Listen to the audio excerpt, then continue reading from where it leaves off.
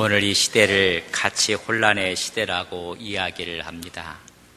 진정한 가치가 어디에 있는가 묻기를 우리는 하기도 하고 그 답을 듣고 싶어 합니다. 여러분의 가치는 어디에 핵심을 두고 있습니까?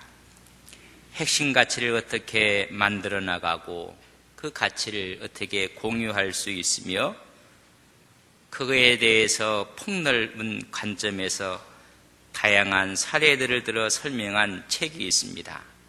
핵심 가치라는 코어 밸류라는 책입니다. 이 책은 CBS 보도국 기자를 지냈으며 CBS의 기획규정실 경영기획팀장을 지낸 바 있는 허욱 씨가 쓴 책입니다. 그 책에서 보면 핵심 가치에 대한 여러 CEO들에 대한 이야기들을 나열하고 기록하고 있습니다. 한 사람의 이야기를 통해서 기업 구성원이 공유하고 신뢰하는 핵심적인 원칙, 믿음, 가치가 핵심 가치라고 정의를 내려놓았습니다. 이런 핵심 가치는 기업의 문화가 중요하다고 했습니다. 그 문화가 어떠하냐에 따라서 핵심 가치를 새롭게 할 수가 있다는 것입니다. 어떤 사람은 핵심 가치를 돈이라고 두는 사람이 있고 성공이라고 두는 사람도 있을 것입니다. 그 사회의 문화가 어떠하냐에 따라서 핵심 가치가 달라지는데 그것은 잘못된 핵심 가치를 갖고 있을 수도 있다는 것입니다. 기업을 하는 분들 사이에 그 책에서는 말하기를 히든 챔피언이라는 책을 쓴 헤르만 지본이라는 사람의 말을 빌어서 좋은 회사와 나쁜 회사의 차이점이 어디에 있는가? 제가 이 책을 읽으면서 그럼 좋은 교회와 나쁜 교회의 차이점은 어디에 있는가? 좋은 가정과 나쁜 가정의 차이점은 어디에 있는 것인가? 그는 이렇게 이야기를 합니다. 기계나 설비 또는 프로세스나 조직에 있는 것이 아니라 그 문화에 있다는 것입니다. 어떤 문화를 갖고 있느냐에 따라서 좋은 회사가 될 수 있고 나쁜 회사가 될 수가 있다는 것입니다. 성공지상주의로 달려가는 회사는 좋은 회사는 아닐 것입니다. 이걸 증명하기 위해서 경영진들에게 질문을 던졌습니다. 그 질문은 이런 내용입니다. 회사의 갈등을 극복하기 위해서 당신의 에너지를 몇 프로를 소비하고 있습니까? 최고 경영진들에게 묻는 것입니다. 솔직한 대답이 그 회사의 문화를 대변하고 있다는 것입니다. 대기업의 경영자들은 거의 50에서 70%를 사내의 갈등에 에너지를 쓰고 있다는 것입니다. 노사 갈등으로 어렵고 힘들다는 이야기입니다. 중간 기업을 하는 경영자에게 묻기를 그들은 20에서 30%의 에너지를 쓰고 있다고 했습니다. 그런 말하기를 히든 챔피언, 작지만은 강한 기업, 그런 기업들은 사내 갈등을 위해서 쓰는 에너지는 10%에서 20%밖에 안 된다는 것입니다. 어떤 단체가 정말 좋은 단체인가 그렇지 않은 단체는 자체 문제 때문에 에너지를 얼만큼 쓰고 있는가? 여러분, 좋은 교회, 나쁜 교회도 이렇게 질문을 할 수가 있을 것입니다. 여러분, 좋은 교회는 교회 내의 갈등 문제로 에너지를 쓰지 않는 교회입니다. 그런 힘을 갖고 선교하고 구제하고 복음을 증거하는 교회입니다. 나쁜 교회일수록 교회 내의 문제에 휩쓸려서 에너지를 다 쓰는 것입니다. 분명히 이런 이야기를 합니다. 왜 이런 갈등이 있는가? 공동의 목표나 가치관이 없기 때문에 그리하다고 했습니다. 핵심 가치를 잃어버린 것입니다. 그래서 그 사내내에 해소하기 위해서, 갈등을 해소하기 위해서 소비하는 에너지가 높으면 높을수록 바람직하지 못할 뿐만 아니라 효율성이 없어지는 단체, 회사가 된다는 것입니다. 자체 갈등, 자체 문제 속에 있는 사회 단체들의 모습은 의욕을 상실하고 소망을 상실하고 희망을 잃어버린다는 것입니다.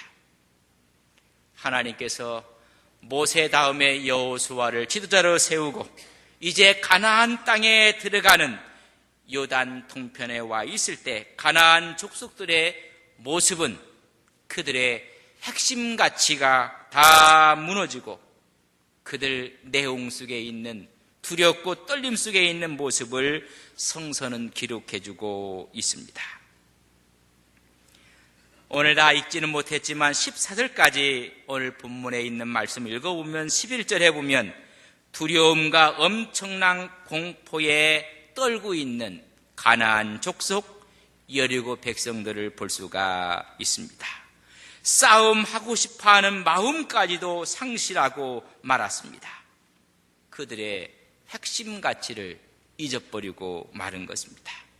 의욕을 상실하고 이스라엘 민족 때문에 그들의 문화에 큰 충격이 왔습니다.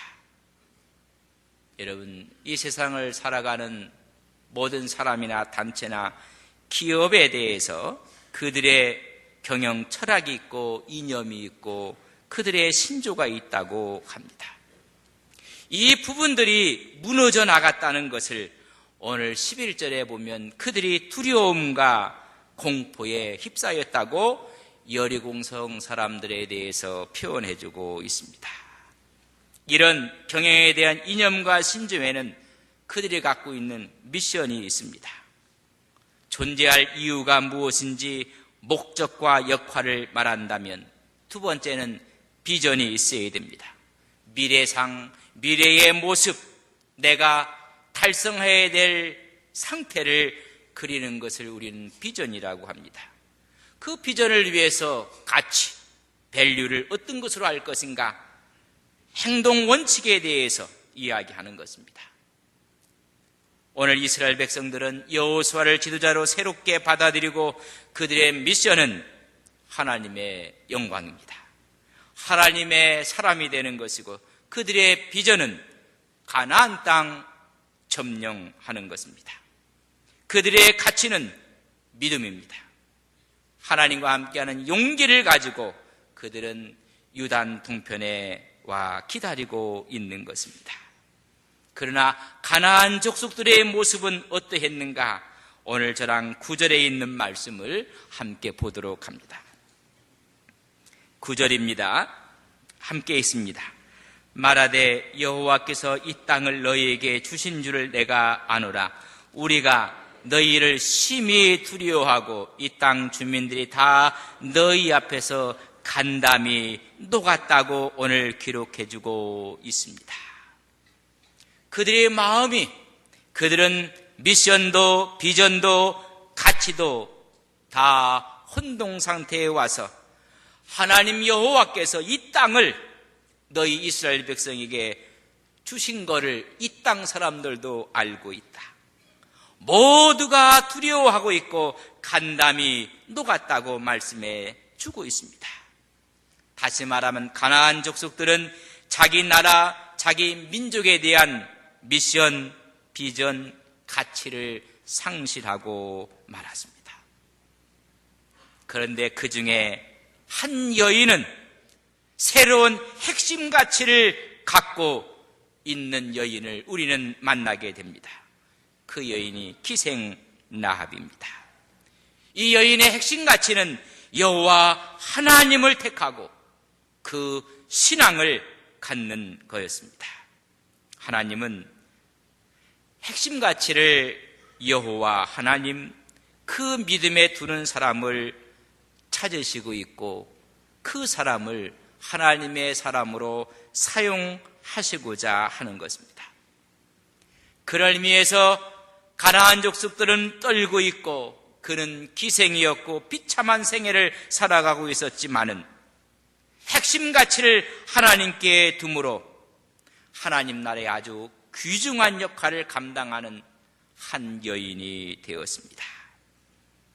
여호수아가 이 가나안 땅에 있는 첫 성 여리고성에 정탐꾼을 파송하게 합니다.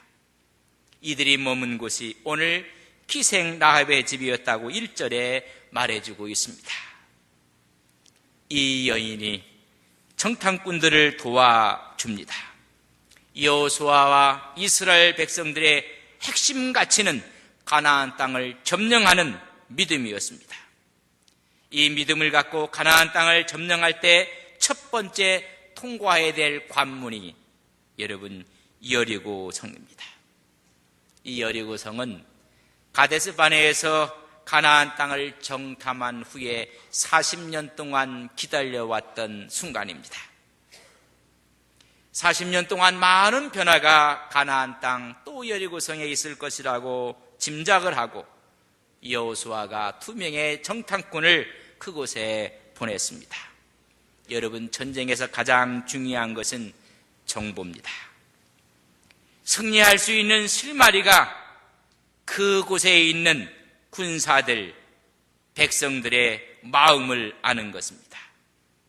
여호수아가 알고 싶어 했던 것은 여리고의 지형 지도가 아니라 그 성 사람들의 마음 상태를 알고 싶어 했던 것입니다. 그들은 이스라엘에 대해서 어떻게 생각하고 있는가?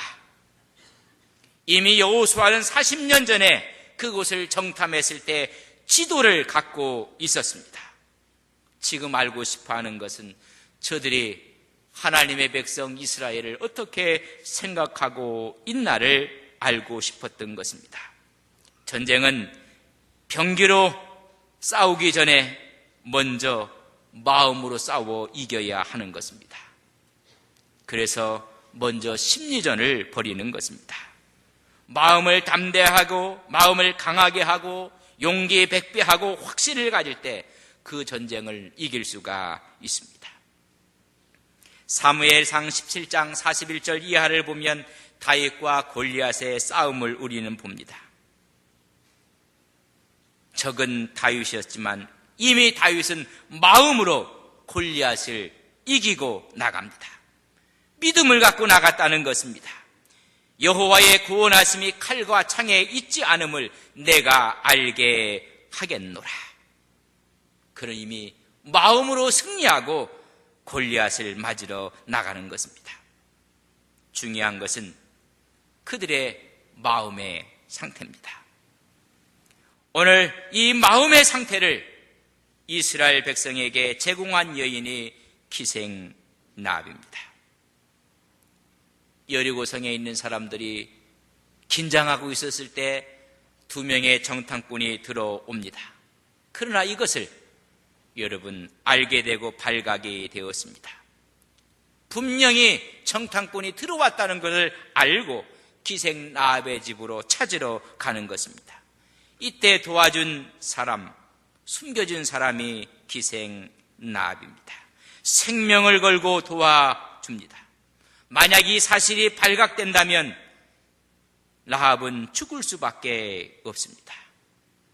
먼저 지붕에 있는 3대 속에 그를 숨겨주었다고 성경 4절과 6절에 말씀해주고 있습니다. 왕의 군사가 들이닥쳤을 때 그는 거짓말을 하고 있는 것이 오늘 5절에 기록되어 있습니다. 그 사람들이 어두워 성문을 닫을 때쯤 되어 나갔으니 어디로 갔는지 내가 알지 못하나 급히 따라가라. 그리하면 그들을 따라 잡을 수가 있을 것이다. 내 집에 온 것은 사실이지만은 자기는 먼저 지붕 위에다가 숨겨놓고 도망갔다고 거짓말을 합니다. 왜냐하면 9절에 이 땅을 하나님이 너희에게 주신 것을 내가 안다. 오늘 여리고성에 있는 모든 사람들이 간담이 녹아내렸다. 10절에 보면 하나님께서 너희들을 홍해를 어떻게 건너게 하셨는지를 내가 알고 있고 유단 동편의 강한 시온과 옥을 어떻게 멸망시켰는지 다 듣고 있다. 11절에 우리는 다 마음이 녹았고 정신을 잃었다고 이야기해주고 있습니다. 이런 이유 때문에 정탐꾼을 숨겨두었습니다. 하나님을 알았고 하나님의 하신 일을 알게 되었습니다. 하나님을 알게 되니 앞을 내다볼 수 있는 비전을 갖게 되었고 그 지혜가 그의 믿음이 되었습니다. 전쟁을 위해서 여호수아에게 가장 필요했던 것은 정보였습니다. 그 정보를 얻게 됩니다. 여러분, 기생 라합이 위대하게 이렇게 섰던 것이 무엇일까? 그의 핵심 가치에 대한 문제였습니다. 하나님에 대한 믿음입니다. 오늘 11절 저랑 같이 한번 봅니다. 11절 같이 봅니다. 우리가 듣자 곧 마음이 녹았고 너희로 말미암아 사람이 정신을 잃었나니 너희의 하나님 여호와는 위로는 하늘에서도 아래로는 땅에서도 하나님이시니라. 그를 위대하게 만든 것은 하나님을 알고 나서 위로도 아래로도 너희들이 믿는 그 신이 하나님이라는 것입니다. 그렇기 때문에 12절에 보면 자기의 생명과 자기 부모와 형제들의 생명을 맡기게 되는 것입니다. 신앙과 믿음은 신분을 초월합니다. 인종을 초월하고 성별을 초월하는 것입니다. 이런 그의 신앙 때문에 기생 라합은 예수님의 족보에 그의 이름이 기록되어 있습니다. 마태복음 1장 5절 6절에 보면 살못은 라합에게서 보아스를 낳고 보아스는 오벳을 낳고 오벳은 이새를 낳고 이새는 다윗을 낳았느니라. 다윗의 혈통 위에 라합의 이름이 기록되어 있습니다. 무엇이 이 여인을 이렇게 위대하게 만들었는가? 여러분, 믿음입니다. 인생의 핵심 가치를 바꾼 것입니다. 우리 모두가 에게 필요한 것이 이런 믿음입니다. 라합 같은 믿음을 소유함으로 하나님 나라에 아름답게 여러분의 이름이 빛나는 우리 온 성도님들이 되시기를 주님의 이름으로 간절히 바랍니다. 라합 같은 믿음을 소유하는 믿음의 종들이 되어야 됩니다. 그렇다면 기생 라합의 믿음은 어떻게 생긴 것인가? 오늘 10절에 있는 말씀을 저랑 같이 한번 봅니다. 10절에 있는 말씀을 같이 읽습니다. 이는 너희가 애굽에서 나올 때에 여호와께서 너희 앞에서 홍해 물을 마르게 하신 일과 너희가 요단 저쪽에 있는 아모리 사람의 두 왕 시온과 옥에게 행한 일 곧 그를 전멸시킨 일을 우리가 들었음이니라. 하나님의 하신 일을 우리가 들었다고 이야기해주고 있습니다. 중요한 것은 믿음은 들음에서 난다는 것입니다. 기생 라합의 첫 번째 믿음의 출발은 하나님의 역사를, 하나님의 행하신 일을 들었다는 것입니다. 왜냐하면 믿음은 들음에서 오기 때문에 그렇습니다. 라합은 하나님의 말씀을 들었습니다. 하나님의 역사를 들었습니다. 하나님의 행하신 일을 들었습니다. 하나님에 대한 소식을 들으면서 하나님에 관한 지식을 갖게 되고 그 지식이 그의 믿음이 되었습니다. 로마서 10장 17절에 보면 그러므로 믿음은 들음에서 나며 들음은 그리스도의 말씀으로 말미암느니라. 우리는 하나님의 말씀을 들어야 됩니다. 설교를 통해서, 간증을 통해서, 찬양을 통해서 하나님의 하시는 일을 드려야 됩니다. 이때 믿음이 생기고 갖고 있던 믿음들이 살아나고 성장하게 되는 것입니다. 하나님의 축복은 하나님 말씀을 잘 듣는 사람에게 임하는 것입니다. 하나님 말씀을 들을 수 있다는 것은 은혜입니다. 하나님의 말씀이 들려졌을 때 선지자 엘리는 듣지 못하지만 그를 수종드는 사무엘은 하나님 말씀을 듣게 됩니다. 여러분, 은혜입니다. 믿음은 하나님 말씀이 들려집니다. 주어지는 것입니다. 하나님 말씀을 들을 수 있는 기회가 주어지는 것도 하나님의 은혜입니다. 우리는 말씀을 들어야 됩니다. 오늘 여러분들이 하나님 말씀을 많이 듣는 여러분들이 되시기를 주님의 이름으로 간절히 바랍니다. 한 달을 시작하며 새벽에 하나님 말씀을 드려야 됩니다. 한 주를 시작하며 주일날 하나님의 말씀을 들어야 하는 것입니다. 여러분, 들을 때 우리는 그 언어를 사용할 수가 있는 것입니다. 기생라합이 하나님에 대한 소문, 하나님에 대한 역사를 들었을 때 그의 언어는 믿음의 언어를 사용하게 되는 것입니다. 어린아이들이 말 한마디 하기 위해서는 얼마나 많은 엄마 아빠의 말을 듣는지 아십니까? 할머니, 할아버지의 말을, 고모, 이모의 말을 듣습니다. 여러분, 듣지 못하면 말을 못합니다. 농아인들의 아픔이 듣지 못하는 것입니다. 들으면 말을 하는 것입니다. 하나님의 말을 듣고 하나님의 소망의 말, 성령의 말을 들으면 우리 속에 그런 말이 나가게끔 되어 있습니다.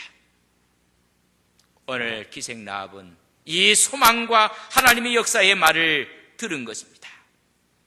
듣고 나서 두 번째는 11절 말씀입니다. 우리가 듣자고 마음이 녹았고 너희로 말미암아 사람이 정신을 잃었나니 너희의 하나님 여호와는 위로는 하늘에서도 아래로는 땅에서도 하나님이시라는 고백입니다. 여러분, 믿음은 입으로 고백할 때 성장하는 것입니다. 라합은 하나님의 말씀을 들었습니다. 들었던 그 하나님의 역사 앞에 하나님 앞에 고백을 합니다. 산천하지에 신은 하나님 한 분이라는 것입니다. 하늘을 지으시고 땅을 지으시고 모든 것을 다스리는 분은 하나님이라고 고백을 합니다. 여러분, 믿음은 들을 때 생기며 고백할 때 믿음이 성장하는 것입니다. 사람이 마음으로 믿어 의에 이르고 입으로 시인하여 구원에 이르니라. 로마서 10장 10절에 말씀해주고 있습니다. 하나님의 은혜를 입으로 시인하고 고백할 때 우리 신앙은 성장하는 것입니다. 그렇기 때문에 간증하는 것이 중요합니다. 우리가 하나님의 은혜를 듣고 그 은혜를 몸으로 체험하고 간증할 때 우리는 신앙이 성장하고 성령의 충만을 받고 하나님의 살아계심을 경험하게 되는 것입니다. 그래서 우리의 믿음이 성장하기 위해서는 고백하는 것이 무엇입니까? 그것이 전도입니다. 신앙의 고백이 우리의 전도라는 것을 우리는 믿습니다. 우리가 주님을 증거하다 보면 내 믿음이 성장하는 것입니다. 어느 분들이 그래요. 저는 아는 것이 없어서 성경을 가르칠 수가 없습니다. 제가 교사를 할 수가 없습니다. 그런 분들이 간혹 계십니다. 여러분, 가르칠 때 가장 많이 성장하고 가르칠 때 가장 많이 배우게 되는 것입니다. 전도는 다른 사람을 위해 하는 것 같지만은 사실은 내 자신의 생명과 성장을 위해서 필요한 것이 전도입니다. 전도는 내가 만난 예수님을 입으로 고백하는 것입니다. 오늘 들었던 라합은 그 하나님을 나의 하나님으로 고백하고 있습니다. 라합의 믿음의 세 번째 요소는 그 믿음을 실천하는 것입니다. 듣고 입으로 고백하고 그 말씀에 따라 응답하고 그 말씀에 따라 행동하는 것입니다. 믿음을 따라 행동한다는 것은 참으로 어려운 일입니다. 어느 때는 생명을 걸어야 합니다. 최대의 모험일 수가 있습니다. 여러분, 신앙생활 하시는 분들이 듣고 고백하고 결단할 때 망설이는 분들이 있어요. 특별히 남자분들은 주초 문제도 있고 또 집안에들은 제사 문제도 있고 그렇습니다. 우리가 말씀을 들으면 그 말씀을 갖고 결단할 때가 있습니다. 대부분이 담배를 10년, 20년, 30년 피웠던 분들이 담배를 끊는 분들이 있습니다. 그러면 사람들이 그 사람을 가리켜 아주 독한 사람이라고 합니다. 그렇지 못하면 끊지 못한다고 합니다. 끊었다가도 또 피우게 되고 또 끊었다 피우게 되고 아주 독하지 못하면. 근데 담배는 백해무익하다는 거 여러분 아십니까? 어떻게 보면 독을 마시는 것 같아요. 제가 한번 여쭤보겠습니다. 이건 독이라고 생각하고 독을 끊는 사람이, 그걸 마시지 않는 사람이 여러분 지독하고 독한 사람입니까? 그걸 독인지도 알면서 그걸 마시는 사람이 지독하고 독한 사람입니까? 예, 아직 생각이 거기까지 미치지 못한 분인, 담배가 이게 백해무익하다는 거 알아요. 이게 독이다 생각을 했는데 그걸 알고 나서는 끊은 사람이 지독하고 독한 사람입니까? 그걸 독인 줄 알면서도 그걸 입으로 넣는 사람이 더 독하고 지독한 사람입니까? 얼마나 독하면 독인 줄 알면서도 몸에 넣을까?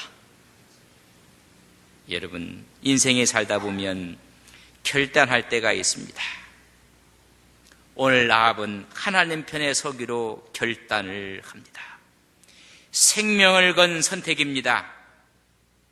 만약 정탐꾼을 숨겨준 사실이 발각되어진다면 기생 라합은 죽어야 됩니다. 이 사실을 알면서도 그의 믿음대로 하나님 편에 섭니다. 듣고 고백하고 결단할 수 있는 믿음을 기생 라합은 간직했습니다. 장차 믿음으로 일어날 일들을 보게 되는 것입니다. 가나안 사람들이 마음이 녹았고 정신이 혼미하고 멸망할 것이지만 하나님을 믿어 이스라엘 백성들이 강성하게 될 것인 것을 알았습니다. 장차 하나님이 여리고 땅, 가나안 땅을 이스라엘에게 주실 것을 알았습니다. 장차 일어날 일을 본 것입니다. 비전을 본 것입니다. 비전을 본 사람들은 미션이 바뀝니다.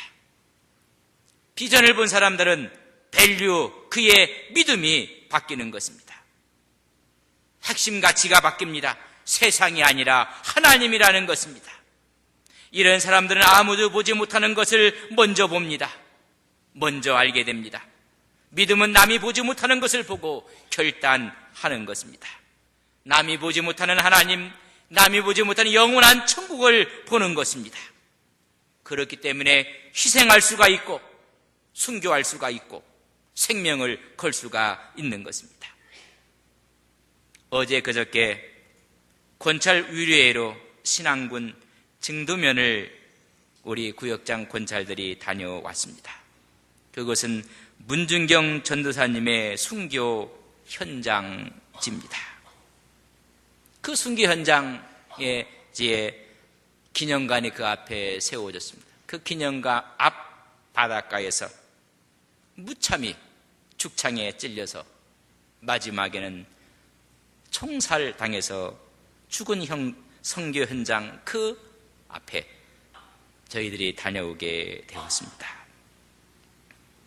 핵심 가치를 하나님에 둔 한 여인의 헌신과 순교로 여러분, 섬하면 미신이 많고 또한 불교도 강하고 또 술, 담배도 강한 곳이 그곳인데 여러분, 이 한 여인의 헌신, 핵심 가치의 변화로 그 섬에는 담배가게 술 파는 데가 없답니다.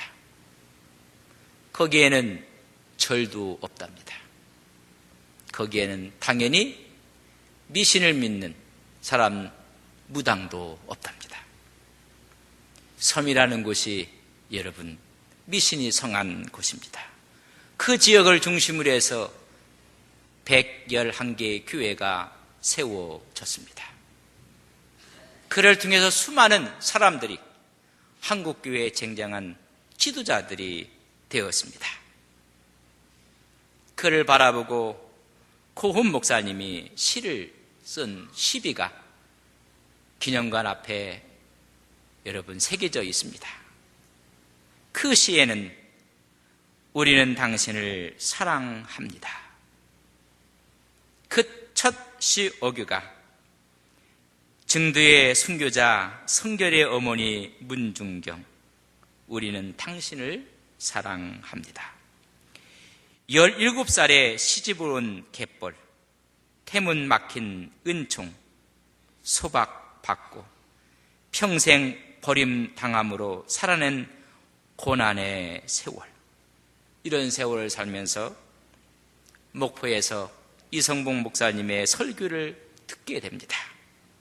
그리고 그는 고백을 합니다. 하나님이 나의 하나님인 것을 고백하고 그는 실천을 하며 신학생이 되고 목회자의 길을 걷게 됩니다. 그는 자기의 고향 증도 쪽으로 내려와서 목자의 삶을 살게 됩니다. 그 시교에 보면 이렇게 계속 연결이 되어 있습니다. 저들이 기쁘면 당신은 미소로 웃음이 되고, 저들이 울면 당신은 눈물이 되어 흐르고, 저들이 헐벗으면 당신은 한벌 옷이 되어 입히고, 저들이 발벗으면 당신은 한 켤레 신이 되어 신기고, 저들이 어두우면 당신은 빛이 되어 눈뜨게 하고, 저들이 배고프면 당신은 밥이 되어 바보 목자, 저들이 병들면 당신은 몸으로 약이 되신 성녀 문중경이라고 쓰여져 있습니다. 1950년 10월 5일 6.25 전란시, 그런 목포에 가 있었지만은 증두에는 이미 공산당원들이 판을 치며 예수 믿는 사람들을 죽이고 있는 상황이었습니다. 그에게 복음을 듣게 했던 이성봉 목사님이 웬만하면 증도에 가지 말라고 만류를 하고, 수많은 사람들이 그곳에 가면 죽는다고 합니다. 그러나 자기의 목자들을 위해, 양떼들을 위해서 문중경 전도사는 배를 타고 목포에서 증도로 오게 됩니다. 아니나 다를까 공산당들에게 잡히게 되었습니다. 그들은 말하기를 문중경 전도사에게 새끼들을 많이 까는 암탉이 왔다. 암탉을 없애야 된다는 것입니다. 1950년 10월 5일 짐승 같은 공산당원들은 바닷가에서 문중경 전도사를 죽창으로 무참하게 내려 찍습니다.